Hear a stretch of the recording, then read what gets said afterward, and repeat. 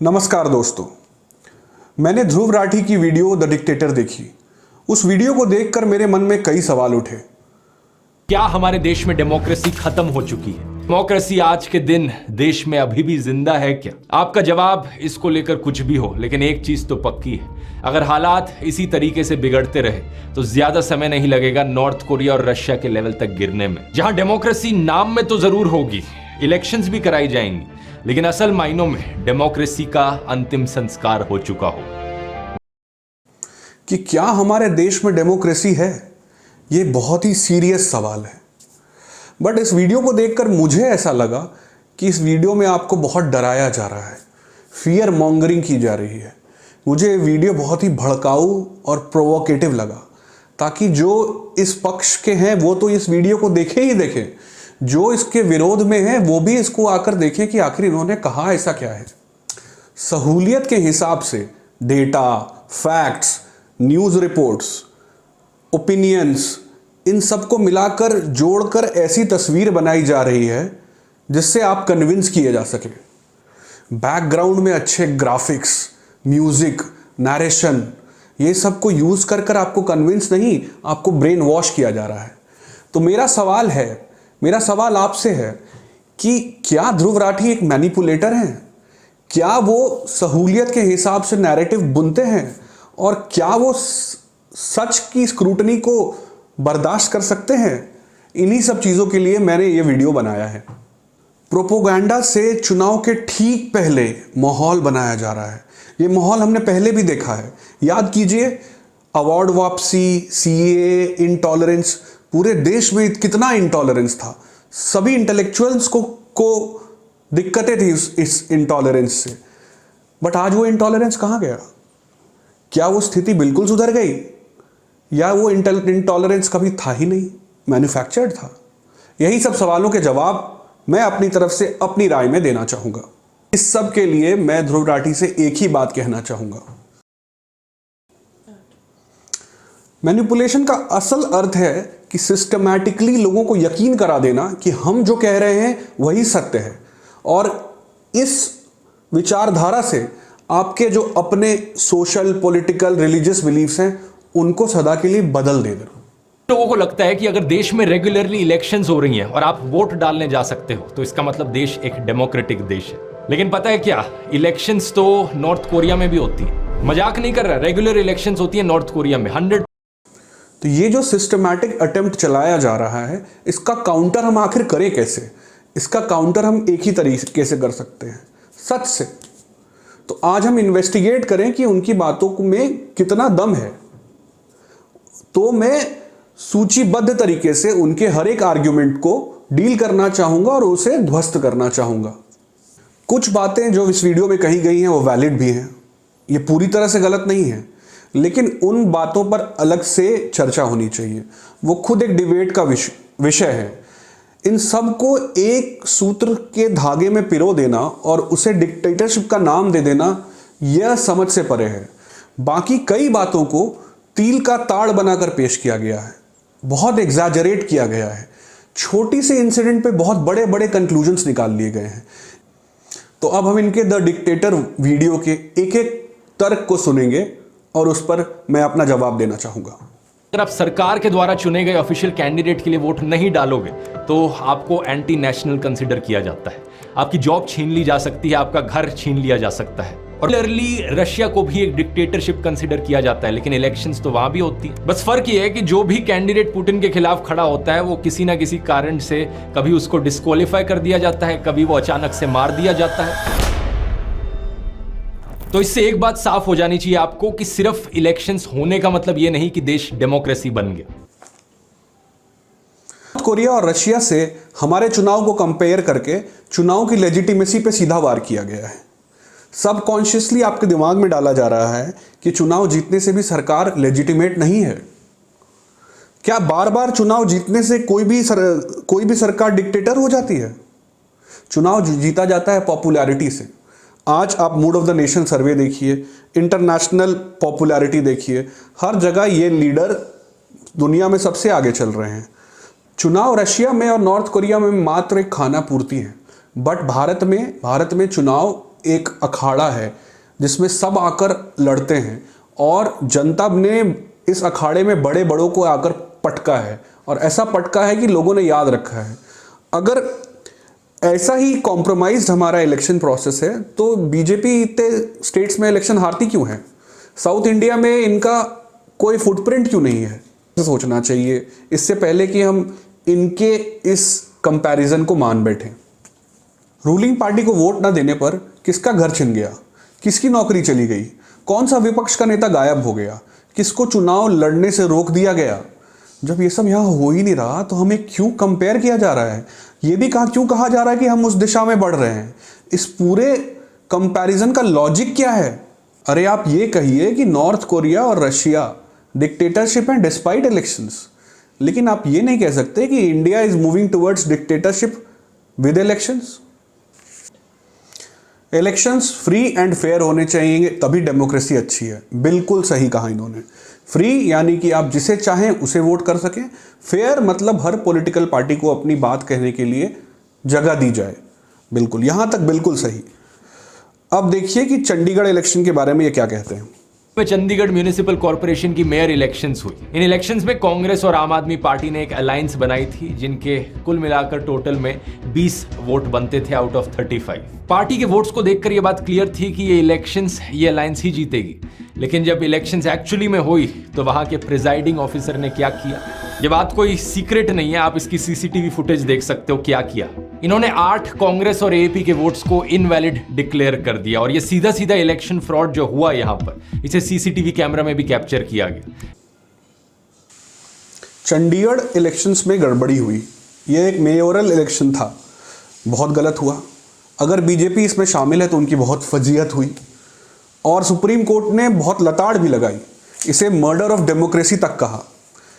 लेकिन एक मेयोरल इलेक्शन के बेसिस पे पूरे देश के डेमोक्रेटिक इंस्टीट्यूशन पर सवाल उठा देना, कंक्लूजन दे देना, क्या ये सही है कि अगर एक मेयर के इलेक्शन में कुछ ऊंच नीच हुई तो पूरे भारत का सिस्टम ही कॉम्प्रोमाइज्ड है?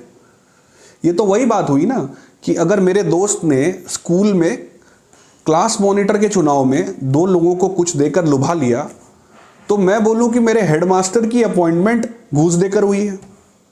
क्या इन दोनों लेवल्स में कोई कोरिलेशन है? सिमिलरली एक मेयोरल चुनाव और देश की पूरी चुनाव व्यवस्था अलग है। जो हुआ वो गलत है। Pockets of unethical thinking do exist in our society, it should be curbed. इसको रोका जाना चाहिए, इस पर स्ट्रिक्ट एक्शन लेना चाहिए, इसका एग्जाम्पल बनाना चाहिए। लेकिन एक छोटे से इंसिडेंट से एक बहुत बड़ा कंक्लूजन बना देना, दिस इज इलॉजिकल। खैर आगे देखते हैं। तो देख लो, फरवरी 2024 3 अनजान लोगों ने पुणे में सासवड़ तहसील के ऑफिस से इलेक्ट्रॉनिक वोटिंग मशीन की कंट्रोल यूनिट चुरा ली। क्या मजाक चल रहा है यहां पर? क्या हमारी इलेक्शंस यहां फ्री और फेयर तरीके से हो रही हैं? ईवीएम गायब हो रहे हैं। क्या मजाक चल रहा है? क्या इनको पता भी है कि देश में कितने ईवीएम हैं? देश में 90 लाख से भी ज़्यादा ईवीएम मशीन्स हैं जो कि ट्रेनिंग, टेस्टिंग और इलेक्शंस के लिए देश के कोने कोने में घुमाए जाते हैं। भारत में चुनाव कराना एक लॉजिस्टिकल नाइटमेयर है। मैं खुद प्रिसाइडिंग ऑफिसर रहकर कितनी जगह चुनाव करा चुका हूँ। 3 ईवीएम मशीन के चोरी होने पर पूरी चुनावी व्यवस्था पर सवाल उठाना, यह वही व्यक्ति उठा सकता है जो यहाँ से ज़मीन से 8000 किलोमीटर दूर कहीं बैठा है और आपको आप ही की ज़मीन की सच्चाई के बारे में सिखा रहा है। अरे ये तो वही बात हुई कि पाकिस्तान के क्रिकेट एनालिस्ट कहते हैं कि जब इंडिया बॉलिंग करता है तो उसको अलग बॉल दे दी जाती है, तभी ज़्यादा स्विंग हो रहा है। तो ऐसी उम्मीद तो हमें इनसे नहीं थी। खैर अभी आगे और आर्ग्यूमेंट्स हैं। इन पिछले 10 सालों में इलेक्शन कमीशन पर इतने आरोप लगाए गए हैं कि प्रशांत किशोर ने तो खुद ही कह दिया कि इलेक्शन कमीशन बीजेपी की एक्सटेंशन है। उनका कहना है कि उन्होंने इतना पार्शियल और बायस्ड इलेक्शन कमीशन आज तक नहीं देखा। इस कमीशन ने हमेशा रूल्स को बेंड करने की कोशिश करी है, इस तरीके से स्केड्यूल बनाने की कोशिश करी है इलेक्शंस का कि फायदा हमेशा बीजेपी को पहुंचे। यहां पर बड़ी सफाई से उस इंसान को कोट किया जा रहा है जिन्हें कॉन्ट्रैक्ट दिया गया था बंगाल में बीजेपी को हराने का। तो ये तो अफेक्टेड पार्टी है, ये तो बीजेपी के कंपटीशन में है, तो इनके तथ्य को क्या फेस वैल्यू पे लिया जाए कि अगर ये कह रहे हैं कि इलेक्शन कमीशन कॉम्प्रोमाइज्ड है तो उस बात को मान लिया जाए? एविडेंस इतना सिलेक्टिव है कि जब भी बीजेपी चुनाव हारती है तो ईवीएम ठीक सही हो जाते हैं, इलेक्शन कमीशन सही हो जाता है, बट जैसे ही लगातार ऑपोजिशन की हार होती है सब जगह प्रॉब्लम्स होने लगती हैं, सब जगह कुछ सवाल खड़े उठने लगते हैं। इस चीज को लेकर जब इलेक्शन कमीशन में कंप्लेन दर्ज करी गई, 21 दिन तक कोई एक्शन नहीं लिया गया और 21 दिन के बाद इलेक्शन कमीशन ने अपनी क्लीन चिट दे दी। रूल्स क्लियरली लिखे हैं, उन्हें वायलेट किया जा रहा है, लेकिन फिर भी क्लीन चिट। ये इकलौती क्लीन चिट नहीं है, प्रधानमंत्री मोदी को कम से कम 4 अलग अलग केसेस में ऐसी क्लीन चिट्स मिली है। बड़ी सफाई से ये जिसको रूल्स बता रहे हैं वो असल में आचार संहिता है, model code of conduct, which is not legally enforceable by law. ये कानून द्वारा लागू नहीं किया जा सकता। एक पॉलिटिकल कंसेंसस है, एक कल्चर है, उसके हिसाब से सेल्फ रेगुलेशन के हिसाब से चलता है। ये क्यों लागू नहीं किया जा सकता कानूनन? क्योंकि चुनावी प्रक्रिया बस 45 दिनों की होती है, इसमें कब एफआईआर होगी, कब डिसीजन होगा, तब तक चुनाव जा चुका होगा। तो यही पॉलिटिकल कंसेंसस है। लेकिन यहाँ पे आपको पॉइंट आउट करके 2 इंसिडेंट दिखाए गए हैं जहाँ पे इन पर उल्लंघन हुआ और इलेक्शन कमीशन ने कार्रवाई की। बट ऐसे तो सैकड़ों इंसिडेंट होते हैं एक चुनाव में, लेकिन आपको 2 ही दिखाए गए। आपको यह नहीं बताया गया कि इसी चुनाव में चौकीदार चोर है नाम का स्लोगन से पूरे कैंपेन को चलाया गया और सुप्रीम कोर्ट में जाके माफी मांगनी पड़ी उस बात के लिए। वो जायज है, लेकिन ये कंप्लेन से कैसे छूट गए?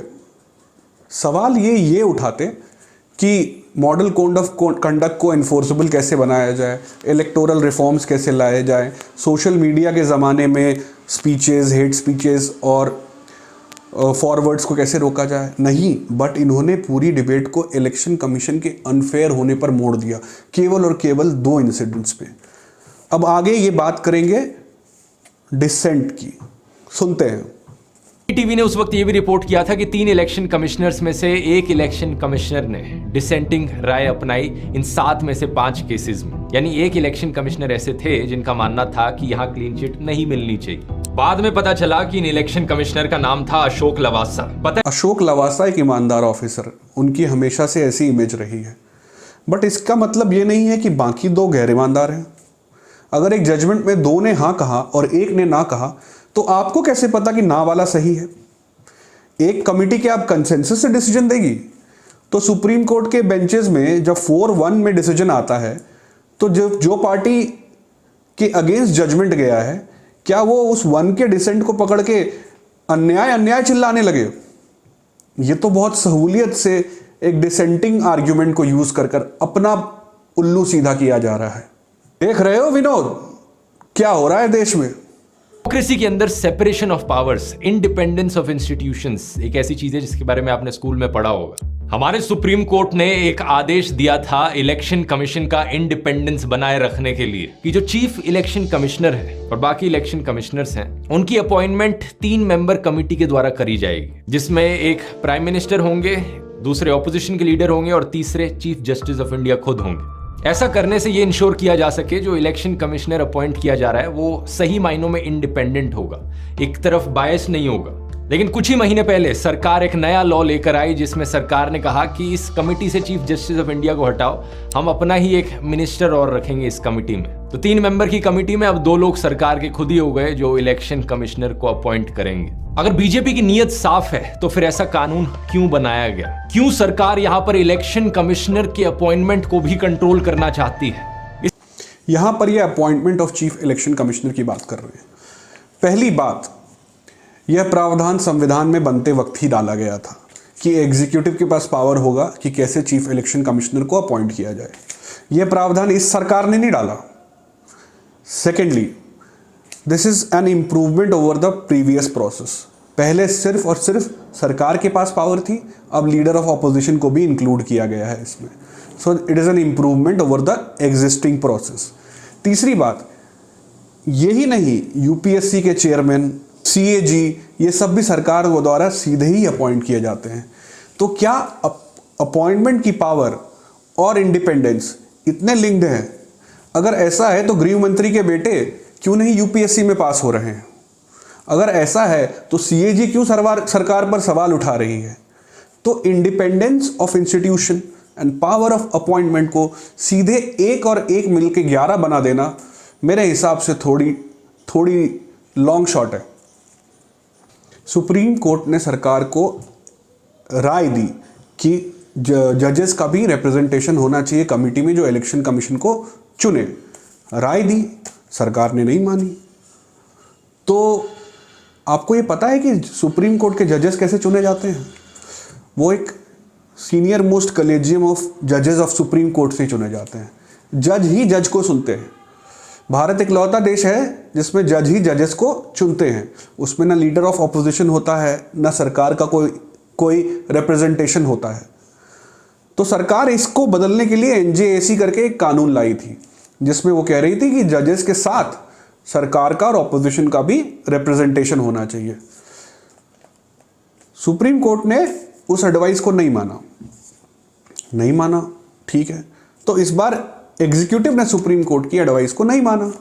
ये सेपरेशन ऑफ पावर्स और बैलेंस जो है, डायनेमिक इक्विलिब्रियम जो है तीनों संस्थाओं के बीच में, उसका एक ऑनगोइंग डिबेट है। सुप्रीम कोर्ट को भी मिस्टर राठी बहुत ही सेलेक्टिवली कोट करते हैं। आप इसी स्क्रीनशॉट की लास्ट लाइन को पढ़िए जाकर। उसमें लिखा है कि this arrangement will be till the time that government comes out with a law. So government came out with a law. सरकार ने वो कानून पास किया, किसी को इससे कोई प्रॉब्लम नहीं। सुप्रीम कोर्ट के पास लोग पिटीशन लेके गए, सुप्रीम कोर्ट को भी कोई प्रॉब्लम नहीं। तो आपको यह भी तो बताना चाहिए था कि सुप्रीम कोर्ट को भी कोई प्रॉब्लम नहीं। आज के दिन इलेक्शन कमीशन ने इस चीज पर भी एक लिमिट लगाई हुई है कि एक एमएलए इलेक्शन और एक एमपी इलेक्शन में कितना पैसा खर्च किया जा सकता है। एमपी इलेक्शन में लिमिट 95 लाख रुपीस पर है। बीजेपी ने 437 सीट्स पर चुनाव लड़ा था, तो पार्टी की जो टोटल स्पेंडिंग है वो 415 करोड़ से ज्यादा नहीं होनी चाहिए थी। लेकिन कितना पैसा इन्होंने खर्च किया, इलेक्शन कमीशन की वेबसाइट पर लिखा हुआ है 1264 करोड़ रुपीस कैसे अलाउ किया इलेक्शन कमीशन ने। चुनाव लड़ना भारत में बहुत महंगा है, ये बात सब मानते हैं। एक आम इंसान, मैं और आप चुनाव नहीं लड़ सकते हैं। The barrier to entry is really high. किसी ने मुखिया का चुनाव या पार्षद का चुनाव करीब से देखा होगा तो वो जानते होंगे कि जो एंट्रियों में भरा जाता है और जो असल खर्च होता है उन दोनों में अंतर है। कैंडिडेट्स अपना पैसा लगाते हैं, पार्टी अपना पैसा लगाती हैं, रैलियां, पोस्टर्स, यात्राएं, और यहाँ तक कि इंडियन वोटर्स को पैसे भी बांटे जाते हैं। ये सब एक ओपन सीक्रेट है। ये एक बहुत सीरियस विषय है कि इलेक्शंस में पैसे का आ जाना। लेकिन जैसे मिस्टर मैनिपुलेटर हमें समझा रहे हैं कि ये केवल एक ही पार्टी विशेष की प्रॉब्लम है, ऐसा नहीं है। ये हमारे पूरे पॉलिटिकल कल्चर की प्रॉब्लम है। एक मुखिया चुनाव से लेकर लोकसभा चुनाव तक ये प्रॉब्लम है। तो ये पर्टिकुलर प्रॉब्लम पे डिबेट होना चाहिए, रिफॉर्म्स होने चाहिए, इसको रोकने की कोशिश होनी चाहिए। बट इस पूरी डिबेट को एक पर्टिकुलर पार्टी पर या इंसान पर मढ़ देना और उसे डिक्टेटरशिप की तरफ ले जाना, कहना सरासर गलत है। अभी भारत जोड़ो, न्याय यात्रा, इन सब पर मिलाकर 70-75 करोड़ रुपए का खर्चा आया। पर राठी साहब पूछ नहीं रहे कहाँ से आया। इनको पूछना भी नहीं है क्योंकि इन सब का डिक्टेटरशिप से नाता नहीं ना। समझ रहे हैं ना आप? प्रॉब्लम या सिर्फ इलेक्शंस की नहीं है। अगर किसी ऑपोजिशन पार्टी की सरकार बन भी जाती है तो भी उस सरकार को गिरा दिया जाता है। यहां पर अनगिनत बार एलिगेशंस लगे हैं हॉर्स ट्रेडिंग के बीजेपी पर। बार बार ये कहा गया लोगों के द्वारा कि बीजेपी एमएलएस को एक रिजॉर्ट में लेकर जाती है और उन एमएलएस का मुंह बंद कर देती है पैसे ठूस कर। क्या ये हॉर्स ट्रेडिंग के एलिगेशंस सच्चे हैं? मैं तो नहीं बता सकता क्योंकि मैं तो उस रिजॉर्ट के अंदर झांक कर देखता नहीं हूं। हॉर्स ट्रेडिंग सही कहा इन्होंने। हॉर्स ट्रेडिंग बहुत ही गलत बात है, किसी भी डेमोक्रेसी को ये कमज़ोर कर देती है। पर जिस तरह 2014 के पहले भी भारत में विकास हो रहा था, उसी प्रकार 2014 के पहले भी भारत में कुछ गड़बड़ियां थी। हॉर्स ट्रेडिंग भारत के पॉलिटिकल कल्चर का पार्ट सदा से रहा है। आया राम गया राम 1980s के हरियाणा के एमएलए थे। कैश फॉर वोट 2006 में सबने संसद में देखा था कैसे नोट के बंडल उड़ाए जा रहे थे। ये कह रहे हैं रिजॉर्ट की बातें, अभी इस साल तेलंगाना में सारे एमएलएस को रिजॉर्ट में कांग्रेस ने रखा, राजस्थान में रिजॉर्ट में रखा, यहाँ तक कि झारखंड के विश्वास प्रस्ताव के लिए वहाँ के विधायक हैदराबाद में आकर रिजॉर्ट में रह रहे थे। तो आप ये बताइए ना कि पॉलिटिकल क्लास की प्रॉब्लम है, आइडियोलॉजिकल कमिटमेंट अपनी पार्टी से नहीं के बराबर रह गई है, आंखों की शर्म चली गई है, पैसे के प्रति लालच, पद के प्रति लालच बढ़ गया है, पॉलिटिकल क्लास का मूल्यों का पतन हुआ है। ये बात कीजिए, ये बात नहीं कीजिए कि बीजेपी ने हॉर्स ट्रेडिंग को जन्म दिया है और अब वो कंट्रोल करना चाहती है मैंडेट को। आप बात को घुमा रहे हैं, आगे और सुनिए। लेकिन आप खुद ही सोच लो, रिजॉर्ट के अंदर वो सारे एमएलएस बैठकर लूडो तो खेलेंगे नहीं। ऐसी चीजों में इन्वेस्टिगेशन करने का काम है इन्वेस्टिगेटिव एजेंसीज का। लेकिन सारी इन्वेस्टिगेटिव एजेंसीज अगर एक पॉलिटिकल पार्टी के इशारों पर नाचें तो इन आरोपों को कौन इन्वेस्टिगेट करेगा? अब ये इन्वेस्टिगेटिव एजेंसीज ईडी का इस्तेमाल करना, ईडी की वेपनाइजेशन। पिछले साल 14 पॉलिटिकल पार्टीज ने सुप्रीम कोर्ट में कंप्लेन करी थी कि कैसे सरकार सीबीआई और ईडी का इस्तेमाल कर रही है ऑपोजिशन लीडर्स के खिलाफ। उन्होंने बताया कि 3000 से ज्यादा रेड्स करी है इन्होंने पॉलिटिकल लीडर्स पर। 2014 से अगर कंपेयर करो तो 4 गुना का जंप देखने को मिला है ईडी केसेस में जो पॉलिटिशियंस के खिलाफ चल रहे हैं, और 95% केसेस सिर्फ ऑपोजिशन पार्टीज के खिलाफ। ईडी ने weaponisation of ED, CBI and police. यहां पर आपको दिखाया गया कि 14 पार्टियों ने जाकर सुप्रीम कोर्ट में अपील करी, बट ये नहीं दिखाया गया कि सुप्रीम कोर्ट ने उस अपील पर क्या कहा। सुप्रीम कोर्ट ने उस अपील को खारिज कर दिया, यह कहकर कि आप स्पेशल प्रोटेक्शन नहीं सीज कर सकते, और आप जो डेटा बता रहे हैं कि आपका विक्टिमाइजेशन हो रहा है वो एक्स्ट्रापोलेटेड है, बढ़ा चढ़ाकर पेश किया जा रहा है कोर्ट के सामने। ये बात राठी साहब ने आपसे बहुत सफाई से छुपा ली। लेकिन सच्चाई पता है क्या है? 2005 से लेकर आज तक टोटल में 5900 से ज्यादा केसेस रजिस्टर किए हैं ईडी ने। ट्रायल सिर्फ 25 केसेस में हुआ है, कन्विक्शन सिर्फ 24 केसेस में, यानी कि सिर्फ 0.5% केसेस काम के निकले। यहां पर अचानक डेटा 2014 नहीं 2005 से चला गया। क्यों? क्योंकि 2014 से सूटेबल डेटा नहीं मिला जो इनकी स्टोरी में फिट हो। इसीलिए ईडी के नंबर ऑफ फाइल्ड केसेस में ये 2005 से डेटा को कोट कर रहे हैं, क्योंकि 2014 के बाद से केसेस में इतना इजाफा आया ही नहीं। का लालच और ईडी के प्रेशर के बाद भी अगर कोई ऑपोजिशन पॉलिटिशियन बीजेपी को ज्वाइन नहीं करता तो उनके खिलाफ जो कार्रवाई है वो चलती रहती है, और कई केसेस में उन्हें बिना कॉन्विक्ट किए जेल में डाल दिया जाता है और कई महीनों तक वो जेल में पड़े रहते हैं। कन्विक्शन के बाद किसी को सजा काटने के लिए जेल में डाला जाए वो अलग बात है, लेकिन यहाँ पर कॉन्विक्ट प्रूव करने से पहले ही ऑपोजिशन पॉलिटिशियंस को जेल भेजा जा रहा है। I am sure mister Rathi का विश्वास सुप्रीम कोर्ट में तो है ही। तो जो हो रहा है सुप्रीम कोर्ट की निगरानी में हो रहा है। जितने लीडर्स हैं सुप्रीम कोर्ट के तहत अपील कर रहे हैं, अगर उनको बेल नहीं ग्रांट की जा रही है तो कोर्ट नहीं ग्रांट कर रही है। अब आप तो कोर्ट में विश्वास रखते हैं ना, अगर कोर्ट नहीं ग्रांट कर रही हो तो कुछ तो सच्चाई होगी।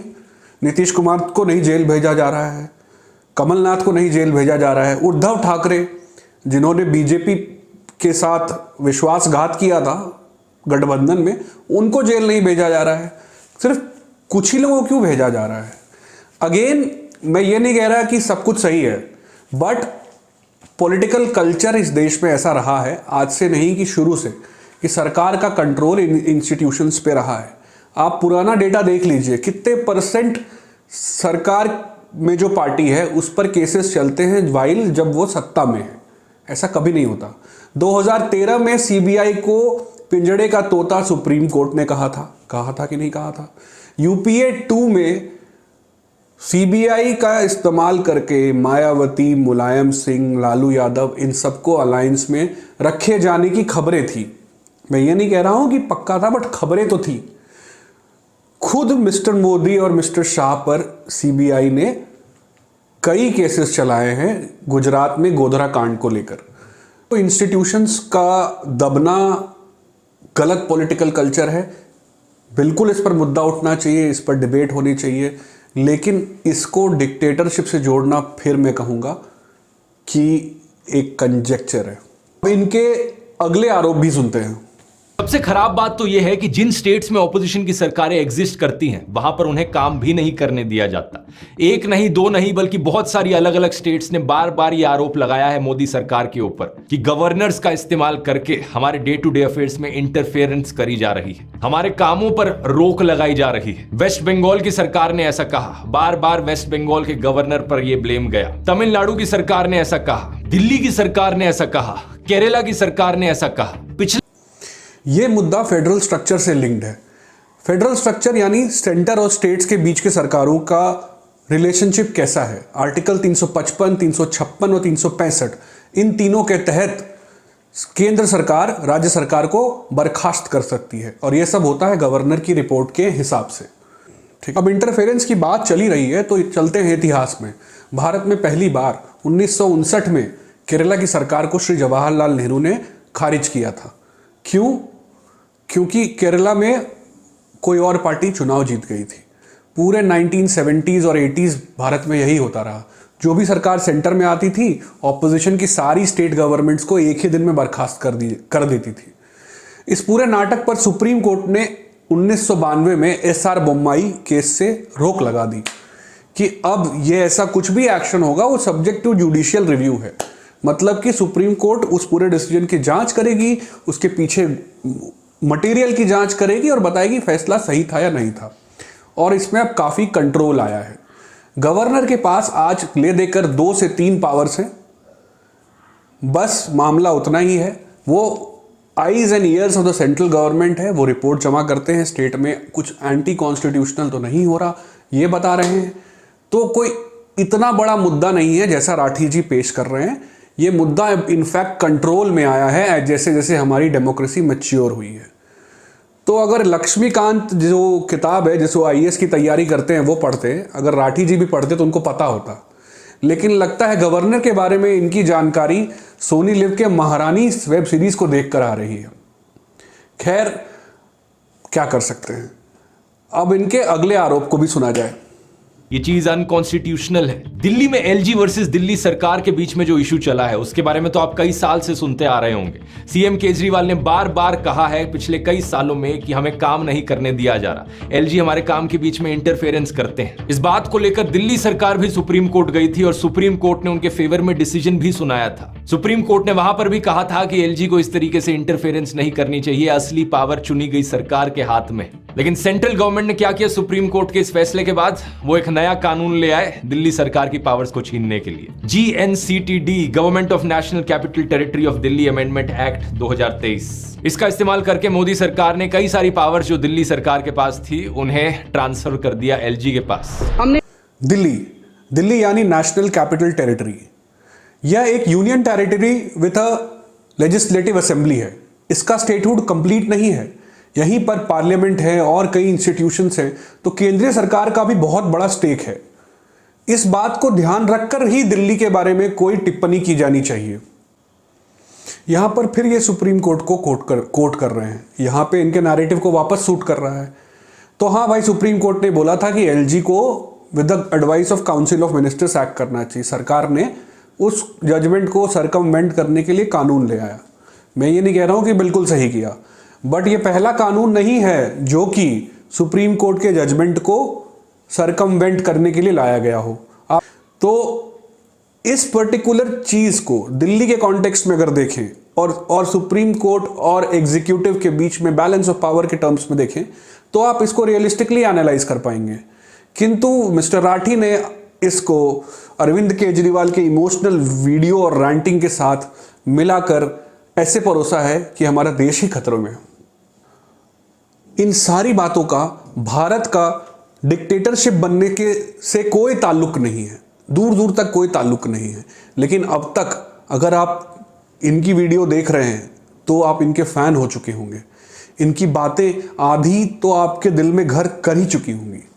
ज़रा खुद सोच कर देखिए कि अगर आप खुद मिस्टर राठी के फैन हैं या सपोर्टर हैं तो ये सोचिए कि अगर मिस्टर राठी को सच में अपने देश की इतनी चिंता होती, देश हित की इतनी चिंता होती, तो क्या वो ऐसी हरकतें करते? क्या वो ऐसा सिलेक्टिव कंटेंट बनाते? अब इन सब में मेरा क्या रोल है? मेरा रोल बहुत सिंपल है, मैं उनके इस सिलेक्टिव प्रोपोगेंडा के थ्रू देख सकता हूँ, बहुत क्लियरली देख सकता हूँ, और मैं चाहता हूँ कि आप भी देखें और एक इन्फॉर्म चॉइस बनाएं, अपने ओपिनियन को फैक्ट के बेसिस पे बनाएं, एक नैरेटिव के बेसिस पे नहीं। क्या हमारी इलेक्शंस फ्री और फेयर तरीके से हो रही हैं? यहां मीडिया का भी एक बड़ा इंपॉर्टेंट रोल आता है। फेयर इलेक्शंस का मतलब है कि रूलिंग पार्टी के पॉलिटिशियंस और ऑपोजिशन के पॉलिटिशियंस दोनों को अपनी बात रखने का मौका दिया जाएगा, दोनों को मोर और लेस इक्वल कवरेज मिलेगी मीडिया पर। लेकिन हमारे मीडिया में क्या देखने को मिल रहा है? दिन रात 2400 घंटे सिर्फ सरकार की तारीफ करी जाती है, रूलिंग पार्टी की तारीफ करी जाती है, उन्हीं की ही चीजें सुनाई जाती हैं। किस चैनल पर ऑपोजिशन पार्टीज के स्पोक्स पर्सन नहीं दिखते? किसके भाषण, किसके इंटरव्यूज आप तक नहीं पहुंचते? किस चैनल के कॉन्क्लेव में सारे लोगों को नहीं बुलाया जाता? तो कौन सी आवाज दबाई जा रही है, मुझे तो समझ ही नहीं आ रहा। शशि थरूर इतने पॉपुलर हैं, सचिन पायलट इतने पॉपुलर हैं, अरविंद केजरीवाल इतने पॉपुलर हैं, ममता बनर्जी की इतनी फॉलोइंग है, तो कौन से प्लेटफॉर्म पे किसको मौका नहीं मिल रहा, ये बात मुझे समझ नहीं आ रही। मैं मानता हूं कि मेन स्ट्रीम मीडिया के बिजनेस मॉडल में कॉन्फ्लिक्ट ऑफ इंटरेस्ट है। जो उनको एड्स देते हैं उनको उन्हीं के खिलाफ खबरें लिखनी होती हैं, बट ये एक अलग बहस का मुद्दा है। सेल्फ रेगुलेशन और मीडिया के बारे में प्रेस काउंसिल ऑफ इंडिया को कुछ डायरेक्टिव्स निकालने चाहिए। पर अगर मेन स्ट्रीम मीडिया के बायस्ड होने की बात आती है तो मैं कहूँगा कि अगर एक तरफ जी न्यूज़ है तो एक तरफ द वायर भी तो है। अगर एक तरफ श्री अमीश देवगन है तो एक तरफ श्री करण थापर भी तो है। एक तरफ श्री सुधीर चौधरी हैं तो एक तरफ द स्क्रोल भी तो है। और इन सब को छोड़िए, आप भी तो हो। आपने तो आज तक की अपनी सारी वीडियोस, पहली वीडियो शायद आपकी बीजेपी के आईटी सेल पर थी, से लेकर आज तक एक तरफा कंटेंट ही बनाया है। आपके प्लेटफॉर्म पे कहां सबको इक्वल अपॉर्चुनिटी और स्पेस मिल रही है? आज इन्फ्लुएंसर कल्चर का ज़माना है और आज नरेंद्र मोदी इस देश में सबसे बड़े इन्फ्लुएंसर हैं। इस देश में क्या है, इनफैक्ट ग्लोबल स्टेज पे सबसे बड़े इन्फ्लुएंसर हैं। आप G20 के सेलिब्रेशन को देख लीजिए, आप देख लीजिए mood of the nation survey, approval rating में world wide number 1। This is the influence of the man. तो उनके बारे में तो बातें, कवरेज तो होगी ना। अब इंडिया और श्रीलंका के क्रिकेट मैच में पूरा कवरेज विराट कोहली पे बायस्ड है, तो इसमें विराट कोहली का क्या कसूर है? ये तो स्टार पावर अट्रैक्ट्स मीडिया वाली बात हो गई ना। तो बीजेपी स्पोक्स पर्सन को बोलने की भी जरूरत नहीं पड़ती, क्योंकि टीवी एंकर्स खुद बीजेपी स्पोक्स पर्सन बने बैठे हैं। जनता के बिहाफ पर सरकार से सवाल करने की जगह वो सरकार को ही डिफेंड करते हैं। और इतना अब मैं इस मिथ को भी बस्ट करना चाहूंगा। यहां मैं कुछ क्लिप्स दिखाऊंगा जहां यही एंकर्स तीखे सवाल पूछते नजर आ रहे हैं बीजेपी प्रवक्ताओं से। सिलेक्टिव एजेंडा है, क्या क्या बताऊं मैं, क्या क्या दिखाऊं मैं आपको। खैर आगे चलते हैं, पूरी वीडियो कवर करनी है। आज के दिन टीवी न्यूज का पूरी तरीके से अंतिम संस्कार हो चुका है देश में। सरकार जनता के पैसे से एडवर्टाइजमेंट के नाम पर इन टीवी चैनल्स को बहुत सारा पैसा देती है और ये टीवी चैनल्स जनता की ही आवाज को दबाने का काम करते हैं। अगर असली खबरें आप तक पहुंचे ही ना, तो क्या आप फ्री और फेयर तरीके से डिसाइड कर पाओगे किसे वोट देना है? 77 दिन तक मणिपुर जलता रहा, टीवी चैनल्स पर कोई स्पेशल रिपोर्ट नहीं की गई। किसकी खबर आप तक नहीं पहुंची, मैं आपसे पूछना चाहूंगा। किसकी खबर नहीं पहुंची? सीएए की, किसान आंदोलन की, शाहीन बाग की, न्याय यात्रा की, किसकी खबर नहीं पहुंची आप तक? मणिपुर की किसी खबर नहीं पहुंची। बहुत ही होशियारी से यहां पर स्पेशल वर्ड डाल दिया गया है। इसे न्यूज़ रिपोर्ट नहीं, स्पेशल रिपोर्ट कहा गया है, ताकि एम्बिगुइटी ऐड की जाए कि इल्ज़ाम कल को ना लगे कि आपने गलत बताया है। अगर ये सब सच भी है तो मेन स्ट्रीम मीडिया की खुद ही क्रेडिबिलिटी जा रही है। आज जेनजी गूगल्स पे न्यूज़ देख रहा है, इन शॉर्ट्स से पढ़ रहा है, फ़ोन में ऐप्स रखता है क्रेडिबल न्यूज़पेपर जर्नल्स के। तो अगर मीडिया अपनी क्रेडिबिलिटी लूज भी कर रही है तो इसका मतलब ये नहीं है कि देश डिक्टेटरशिप बनता जा रहा है। उम्मीद है आपको मेरी बात समझ में आएगी। रिसेंटली सीएजी ने 12 रिपोर्ट्स प्रेजेंट करी थी, जिसमें ढेर सारी इरेगुलरिटीज देखने को मिली और करप्शन के इंस्टेंसेस देखने को मिले सरकारी डिपार्टमेंट्स और मिनिस्ट्रीज में। आयुष्मान भारत स्कीम में 9 लाख से ज्यादा लोग सिर्फ 3 मोबाइल नंबर्स का इस्तेमाल कर रहे थे। करोड़ों रुपए स्पेंड किए गए 3,400 पेशेंट्स की ट्रीटमेंट पर, जिन्हें ऑलरेडी मुर्दा घोषित कर दिया गया था। जब आयुष्मान भारत मुद्दा बिल्कुल सही है, गलत लाभार्थियों को लाभ नहीं मिलना चाहिए। अंग्रेजी में बेनिफिशियरी टारगेटिंग बहुत बड़ी प्रॉब्लम थी 2010 के आसपास। ये तो जनधन अकाउंट, आधार और मोबाइल की तिकड़ी ने अब डायरेक्ट बेनिफिट ट्रांसफर से काफ़ी समस्याओं को सॉल्व कर दिया है। तो मुद्दा तो ये होना चाहिए ना कि आयुष्मान भारत में लाभार्थियों की टारगेटिंग प्रॉपर नहीं हो रही, उसको कैसे ठीक किया जाए। आपने तो पूरी स्कीम पर ही सवाल उठा दिए। जाकर गांव में देखिए आयुष्मान भारत से क्या बदला है। जिस गरीब परिवार में इलाज का कोई ठिकाना नहीं था, आज कहीं तो एक आसरा है कि 5 लाख तक कोई भी गड़बड़ी हुई तो इस कार्ड से संभल जाएगा। जाकर देखिए औषधि केंद्रों में जो लोग शुगर और बीपी की दवाइयाँ खाते थे, उनके खर्चे 1/4 हो गए हैं। दिल से सरकार को दुआएं दे रहे हैं। अच्छा, एक और बात याद आई, ये तो एक सीएजी की रिपोर्ट है। सीएजी को तो सरकार अपॉइंट करती है, अकेले कोई नहीं होता उस कमेटी में। तो अगर अपॉइंटमेंट और इंडिपेंडेंस लिंक्ड है, जैसा कि आपने इलेक्शन कमीशन के बारे में कहा था, तो आपके लॉजिक से सीएजी को तो कोई आरोप लगाना ही नहीं चाहिए सरकार पर। के नैरेटिव में विरोधाभास आ रहा है, अब गलतियां पकड़ी जा रही हैं। चलिए और आगे देखते हैं। यही रीजन है कि सरकार के द्वारा लिए गए कुछ फैसलों को हम कह सकते हैं कि वो डेमोक्रेसी के खिलाफ है। सुप्रीम कोर्ट की भाषा में वो अनकॉन्स्टिट्यूशनल है। जैसे कि अभी कुछ ही दिन पहले सुप्रीम कोर्ट ने इलेक्टोरल बॉन्ड्स की स्कीम को स्ट्राइक डाउन किया, उसे अनकॉन्स्टिट्यूशनल बताते हुए। कोर्ट ने कहा कि सरकार ने आर्बिट्ररी रूल बनाया था। ये इलेक्टोरल बॉन्ड्स की स्कीम क्यों अनकॉन्स्टिट्यूशनल थी और जनता के खिलाफ थी, इसकी बात मैंने पिछले कई वीडियोस में करी है। तो ये एक बहुत अच्छी चीज है कि सुप्रीम कोर्ट ने थोड़ा लेट फैसला लिया, लेकिन कम से कम सही फैसला लिया यहां पर डेमोक्रेसी और जनता के फेवर में। लेकिन अब बात इलेक्टोरल बॉन्ड्स की इन्होंने की है। इलेक्टोरल बॉन्ड्स का कानून बीजेपी ने 2017 में लाया था। इस कानून को लाने के पीछे कारण यह था कि अगर बैंक के द्वारा बॉन्ड्स बेचे जाएं और उसके थ्रू पैसा डोनेट किया जाए, तो जो पैसा आएगा इलेक्शन में वो वाइट मनी होगा, उस पर टैक्स दिया हुआ पैसा होगा। इससे पहले की व्यवस्था में अनजान लोग ब्लैक मनी भी डोनेट किया करते थे। तो यह एक सुधार था पिछले पुराने सिस्टम के हिसाब से। आज सुप्रीम कोर्ट ने इसको गलत माना है। सही है, गलत माना है तो कोई अल्टरनेट पर डिबेट होनी चाहिए कि अगला सिस्टम क्या होगा इलेक्टोरल फाइनेंसिंग को साफ सुथरा और ट्रांसपेरेंट बनाने का। इस पर खुलकर संवाद हो, लेकिन ये किस तरह से देश को डिक्टेटरशिप बनाता है, इसको समझने में मैं अभी भी विफल हूं। रीजन की वजह से मीडिया को फोर्थ पिलर ऑफ डेमोक्रेसी कहा जाता है कि वो सरकार को अकाउंटेबल ठहराएगा। लेकिन आज के दिन की हालत क्या है? टिल डेट प्रधानमंत्री मोदी ने 0 प्रेस कॉन्फ्रेंसेस करी हैं जहां पर अनस्क्रिप्टेड सवाल उनसे पूछे गए हों।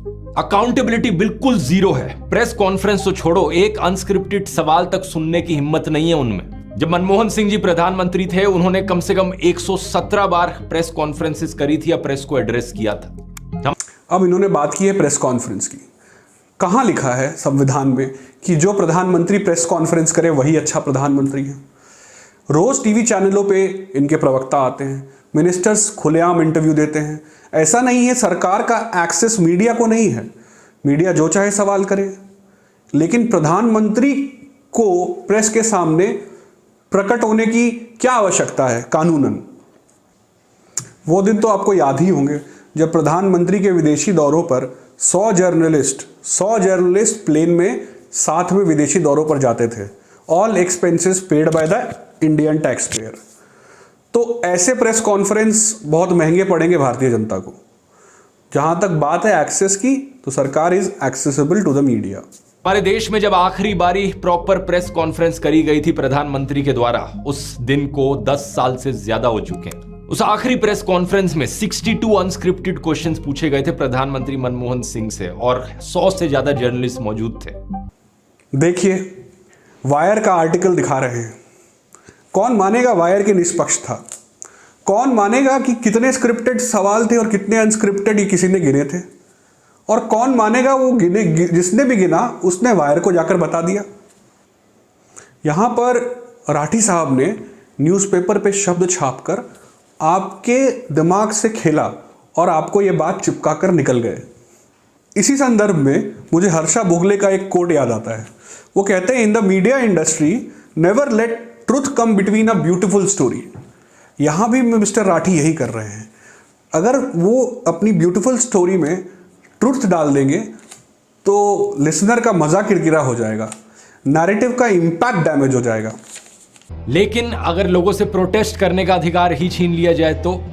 प्रोटेस्ट का अधिकार छीन लिया जाए तो? प्रोटेस्ट का अधिकार, शाहीन बाग 6 महीने, किसान आंदोलन 11 महीने, अभी ब्रजभूषण के खिलाफ 6 महीने, प्रोटेस्ट ही प्रोटेस्ट तो हो रहे हैं देश में। कौन सा अधिकार छीन लिया गया है? 302 सीटों वाली पूर्ण बहुमत सरकार को फार्म लॉज वापस लेने पड़े, लैंड एक्विजिशन वापस लेना पड़ा, लेबर कोड अभी तक लागू नहीं कर पाए, सीएए को अभी तक लागू नहीं कर पाए, एनजेएसी बिल जो कि 20 राज्यों की लेजिस्लेचर्स ने भी पास कराया था उसको भी लागू नहीं कर पाए। तो अगर इसको हम जनता की आवाज़ या लोगों के द्वारा पुशबैक ना कहें तो क्या कहेंगे? कौन सी आवाज़ दब गई? अगर आवाज़ दबानी होती तो इन सब को लागू करने से किसने सरकार को रोक रखा है?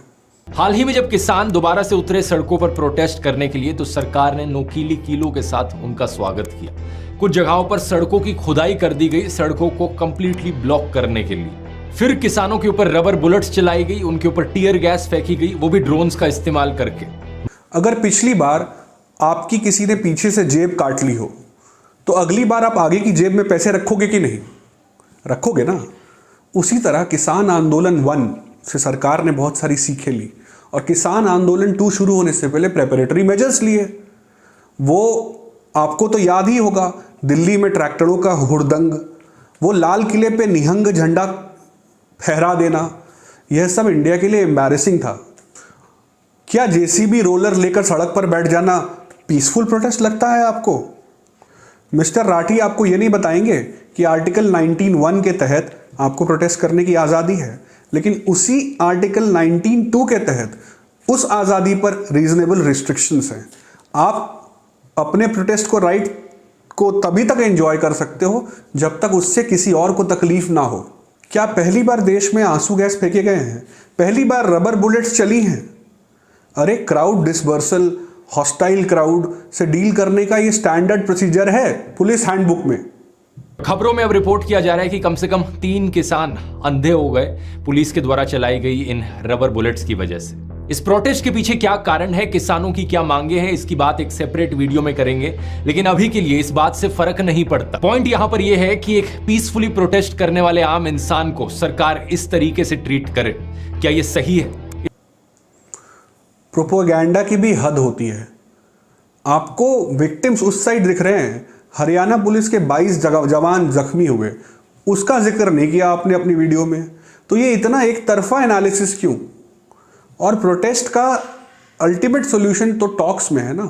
सरकार टॉक्स कर रही है, पार्टिसिपेट कर रही है, नेगोशिएट कर रही है, तो उस तरफ इस विषय को आगे बढ़ना चाहिए। और मेरे हिसाब से इसका भी डिक्टेटर होने से कोई नाता नहीं।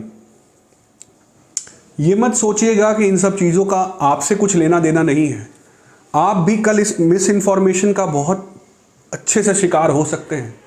ये वीडियोस बहुत मेहनत से टीम्स के साथ बनाई जाती है, बहुत खर्चा किया जाता है इन वीडियोस पर ताकि आप इसके झांसे में आ सकें।